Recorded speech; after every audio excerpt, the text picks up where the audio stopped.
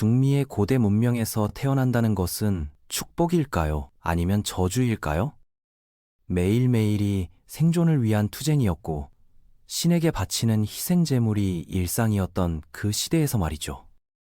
오늘 이야기할 내용은 바로 그런 시대를 살아간 한 젊은 전사의 이야기입니다. 그의 운명은 태어나는 순간부터 이미 정해져 있었는지도 모릅니다. 그럼 지금부터 이 충격적이면서도 비극적인 이야기를 시작해 보겠습니다. 코팔 향이 진하게 피어오르는 사원 안에서 새로운 생명이 태어났습니다. 부모들이 다산의 여신 치우아코아틀에게 감사의 기도를 올리고 있었죠. 신생아인 당신은 그저 숨쉬고 존재하는 것만으로도 이미 큰 성취를 이뤄낸 것이었습니다. 중미 지역에서 살아남는다는 것은 그 자체로 승리나 다름없었거든요. 하지만 안심하기에는 너무 이릅니다. 이름을 정하는 중요한 순간이 도래했습니다. 네사우알 코요틀, 굶주린 코요테라는 뜻의 이름이 당신에게 주어졌죠? 독특하긴 하지만 너무 개인적으로 받아들이지는 마세요. 이 지역의 명명 전통은 철저하게 동물을 기반으로 했거든요. 춤추는 원숭이나 내려앉는 독수리가 될 수도 있었으니까요. 제대로 걸음마도 배우기 전에 당신은 남성 전용 교육기관에 보내졌습니다. 이곳은 놀이를 통한 학습 따위는 없었어요. 교육이라는 이름으로 포장된 군사훈련소였거든요. 겨우 2살밖에 안 된 당신은 막대기 하나도 제대로 잡을 수 없었지만 훈련 강도는 상상을 초월했습니다. 참가만 해도 상을 주는 그런 분위기는 전혀 없었죠. 8년이라는 시간이 흘러갔습니다. 이제 10살이 된 당신에게는 더 이상 놀이 시간이라는 것이 존재하지 않았어요. 본격적인 전투 훈련이 시작된 것이죠. 교육 과정의 핵심 내용은 예리한 무기로 적을 제압하는 방법이었습니다. 칼, 도끼, 맨손, 격투까지 모든 것을 배워야 했어요. 바로 아지텍 쪽이었습니다. 스포일러를 하나 알려드리자면 그들은 절대로 당신의 친구가 아니었어요. 아버지는 아즈텍을 약한 자들을 노리는 괴물이라고 표현했습니다. 신부님은 그들을 젊은 여성들에게 불순한 의도를 품는 위험한 무리라고 가르쳤죠. 어느 쪽 설명이든 메시지는 분명했습니다. 군사훈련은 정말로 광고한 그대로 잔혹했습니다. 교관들은 마치 당신을 개인적으로 증오하는 것처럼 혹독하게 밀어붙였어요. 다리에 불이 날 것 같을 때까지 달리는 것은 기본이었고, 팔이 마비될 정도로 무거운 무기를 드는 것도 당연한 일이었습니다. 이 모든 고된 훈련에는 하나의 목적이 있었죠. 바로 꽃의 전쟁 때문이었습니다. 꽃의 전쟁이라는 이름이 시적으로 들리시나요?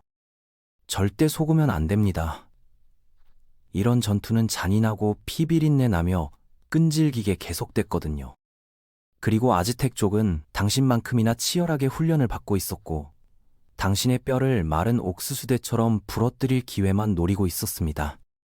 살아남으려면 온 힘을 다해야 했어요. 도대체 누가 꽃의 전쟁이라는 이름을 생각해낸 걸까요? 당신과 아즈텍인들이 꽃다발을 주고받는다고 상상하셨나요? 전혀 그렇지 않았습니다. 이런 전투의 목적은 서로를 완전히 제거하는 것이 아니었어요. 상대방을 철저히 제압하고 포로로 끌고 가서 얼마나 많은 적을 사로잡았는지 과시하는 것이었죠. 7년이라는 긴 시간 동안 당신은 아즈텍을 이기고 제물이 되지 않는 방법에 대한 혹독한 집중 교육을 받았습니다.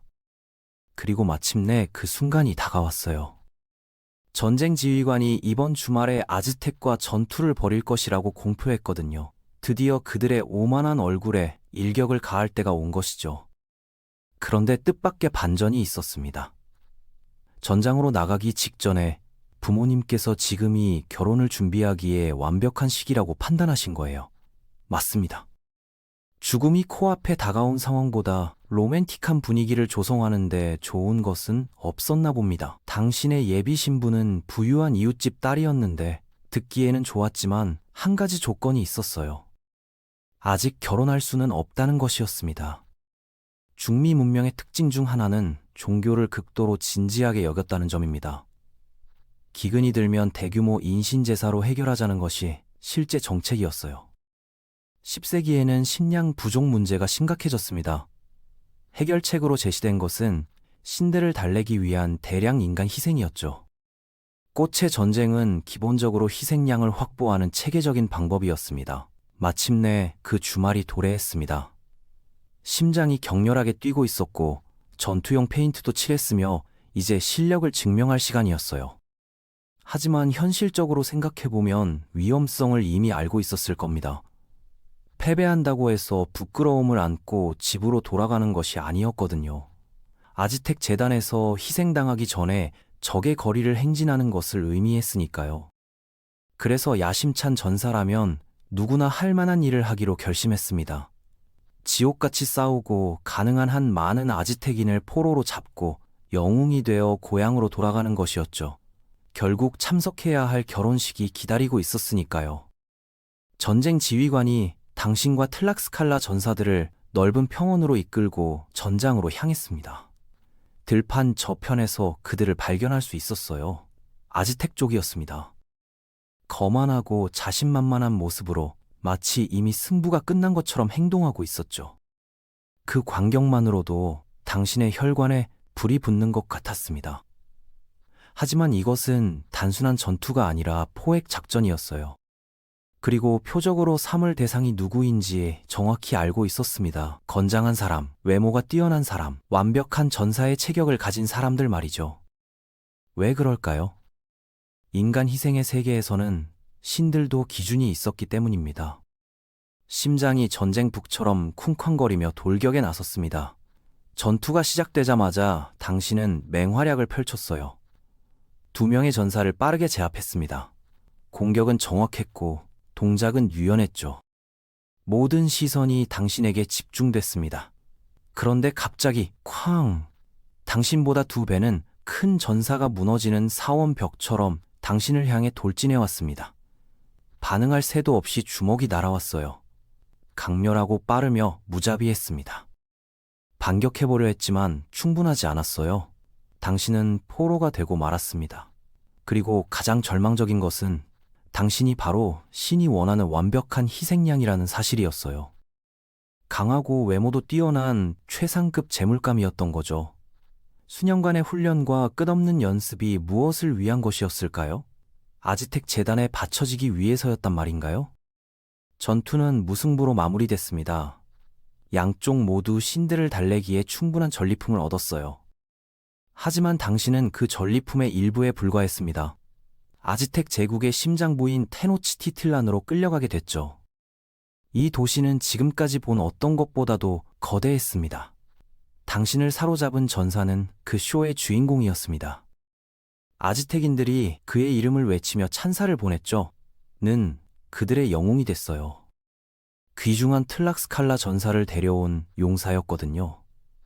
반면에 당신은 그의 영광을 만들어주는 도구에 불과했습니다. 목적지는 템플로 마요르였습니다. 단순한 사원이 아니라 아즈텍 세계의 종교적 중심지로 2개의 거대한 피라미드가 하늘을 찔러 올라가 있었어요. 하나는 비의 신 틀랄록에게 바쳐진 것이고 다른 하나는 전쟁의 신 위칠로포틀리에게 헌정된 것이었습니다. 당신이 어느 신을 위해 여기에 왔는지는 짐작할 수 있겠죠. 이야기들을 들어본 적이 있을 겁니다. 다음에 무슨 일이 벌어질지 알고 있었겠죠. 하지만 한 줄기 희망이 있었어요. 모든 포로가 희생되는 것은 아니었거든요. 신부가 당신 앞에서 멈춰 섰습니다. 마음을 다잡았죠. 그런데 신부가 미소를 지었어요. 노예가 되기에는 너무 잘생겼구나. 그가 말했습니다. 희생 제물로 지정되자 본격적인 의식이 시작됐습니다. 이제 당신은 더 이상 단순한 포로가 아니었어요. 선택받은 자, 신에게 바쳐질 신성한 제물이 된 것이죠. 특별한 대우가 시작됐습니다. 깨끗한 목욕, 고급 음식, 개별 숙소까지 제공됐어요. 상황을 더욱 악화시키는 것은 도시 전체에 당신을 전시한다는 점이었습니다. 공개 전시회나 다름없었어요. 사람들이 다음 희생자들을 구경하러 와서 손가락질하며 수군거렸습니다.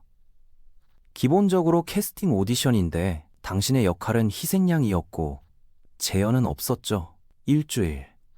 그게 당신에게 남은 전부였습니다. 상황이 급격히 바뀌지 않는 한 당신의 이야기는 피라미드 정상에서 가슴에 칼이 꽂히는 것으로 끝나게 될 터였어요. 지상에서의 마지막 날이 도래했습니다. 더 이상 기다림도 희망도 없었어요. 바로 그 순간이었습니다.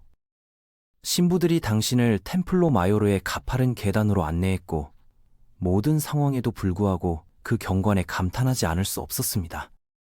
이곳에서 바라본 테노치티틀란의 전망은 숨이 막힐 정도로 아름다웠거든요. 하지만 풍경을 감상할 시간은 많지 않았어요. 어느새 제단 위에서 눌려있게 됐으니까요. 붙잡혀서 움직일 수 없었죠. 신부가 칼을 치켜들었어요. 한 번의 날카롭고 빠른 동작으로 모든 것이 끝났습니다. 군중이 환호하는 가운데 당신의 몸은 한 계단씩 피라미드 아래로 떨어져 갔습니다. 그들에게 당신은 한 사람이 아니었어요. 선물이었고 희생이었으며 필수품이었습니다. 죽으면 어떤 평화가 찾아올 거라고 생각했겠지만 그렇지 않았습니다. 당신의 혼령은 머물러서 지켜봐야만 했거든요. 그리고 무엇을 목격했을까요? 유령이 피 대신 가진 것이 있다면 그것을 끓게 만드는 광경이었습니다. 당신을 사로잡은 전사는 모든 환호와 칭찬, 영광을 독차지했습니다. 당신의 몸은 귀족들의 잔치가 됐어요. 당신을 포로로 잡은 그 사람이 자신의 몫을 가져갔죠. 아즈텍 문화에서 재물을 먹는다는 것은 신의 능력을 흡수한다는 의미였습니다. 이것만으로도 충분하지 않았을까요? 평생을 아즈텍을 물리치기 위해 훈련했던 당신이 말이에요. 틀락스칼라의 위력을 보여주기 위해서였는데 결국 여기에 와서 이름도 없는 희생양이 됐습니다. 다른 사람의 성공담을 위한 디딤돌이 된 거죠.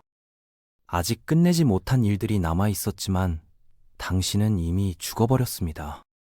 적어도 당신의 희생 덕분에 아즈텍인들이 1년간 풍작을 누릴 수 있을 것이라는 위안은 있었겠죠. 물론 그렇다고 해서 마음이 편해지지는 않았겠지만 말입니다.